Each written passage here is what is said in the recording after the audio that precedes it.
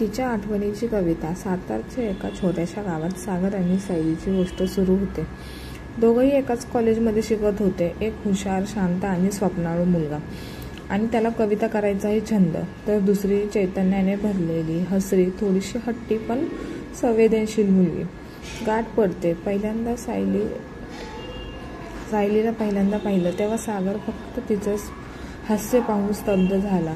कुठेही तक्रार न करता ते सगळ्यांशी हसून बोलत असे.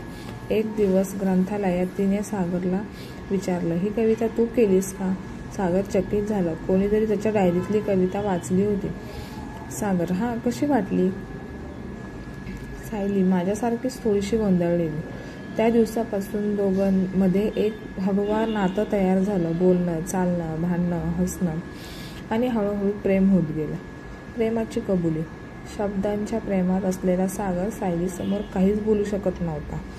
एक दिवस कॉलेजच्या आवारात दोघेच उभे होते. सायलीने हळूच विचारलं, तू काही बोलणार आहेस का मीच विचारू? सागर हसला.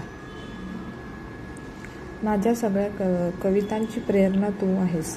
सायली शांतपणे त्याच्याकडे पाहून म्हणाली, मी कधीच स्वप्नांवर विश्वास नाही ठेवला, पण आजपासून ठेवेन, कारण स्वप्नात तू आहेस. दोघेही एवढं बोलून निघून जातात आणि असंच प्रेम बहरत राहतं.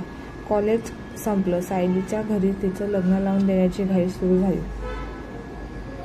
ती खूप गोंधळली होती. सागरला काहीही न सांगता ती निघून गेली. तिच्या मनात तो कायम होता, पण ती बंड करायला धजावली नाही आणि ती लग्नातून पळून शहरात आली आणि एका छोट्याशा ऑफिसमध्ये काम करून राहू लागली. 2 वर्षांनी सागर एक सुप्रसिद्ध कवी झाला. त्याच्या कविता सगळीकडे गाजत होत्या, पण त्याचं मन मात्र सायलीच्या आठवणीमध्ये अडकलेलं होतं. एक दिवस एक पुस्तक प्रकाशनाचा कार्यक्रम.